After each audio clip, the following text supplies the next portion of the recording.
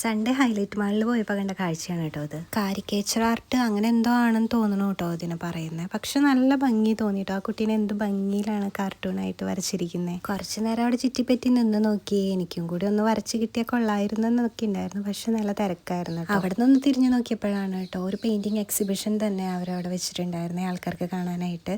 നല്ല നല്ല ക്യൂട്ടായിട്ടുള്ള പിക്ചറുകൾ ഉണ്ടായിരുന്നു. എനിക്ക് ഈ പൂച്ചകളെ ഭയങ്കര ഇഷ്ടമായ കാരണം ഞാൻ പൂച്ചകളുടെ ഫോട്ടോസ് മാത്രം ഇങ്ങനെ കോൺസെൻട്രേറ്റ് ചെയ്ത് വീഡിയോ എടുക്കുമായിരുന്നു.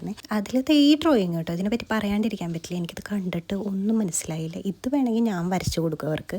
അവിടെ നിന്ന് തിരിഞ്ഞു നോക്കിയപ്പോഴാണ് ശിവൻ ബീഡി വലിക്കുന്നത് കണ്ടത്. എല്ലാം നല്ല രസമുണ്ടായിരുന്നു കേട്ടോ. എന്നാലും ഒരു കഴിവൊക്കെ വേണ്ടല്ലേ ഇങ്ങനെ ചിത്രം വരയ്ക്കാനായിട്ട്. പിന്നെയാണ് കേട്ടോ ഞാൻ ഒരു ക്രാഫ്റ്റ് രീതിയിലുള്ള പെയിൻറ്റിങ് കണ്ടത്.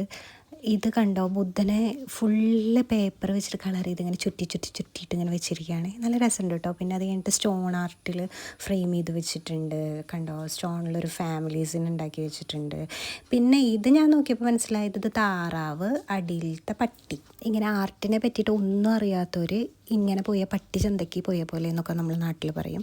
എനിക്ക് മെയിനായിട്ടുള്ള കാര്യം ഷോപ്പിംഗ് ആണ്. ഞാൻ എവിടെ പോയാലും ഹാൻഡ് ബാഗ് എടുക്കും. അപ്പോൾ എനിക്കിതിലത്തെ ഈ ഹാൻഡ് ബാഗ് ബ്ലാക്ക് ഭയങ്കര ഇഷ്ടമായിട്ടോ. അപ്പോൾ കുറച്ച് നേരം ഭംഗിയൊക്കെ നോക്കി എന്നിട്ട് ഞാനതങ്ങോട്ട് തട്ടി.